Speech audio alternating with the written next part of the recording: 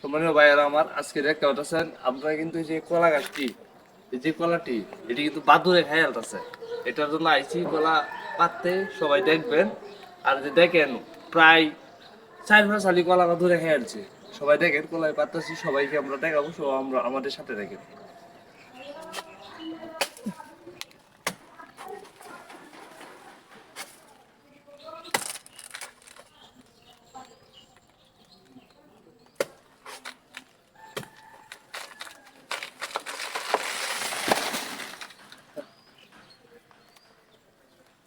এই যে দেখেন 4 5 কলা খাই, 4 5, এই যে এই যে এই যে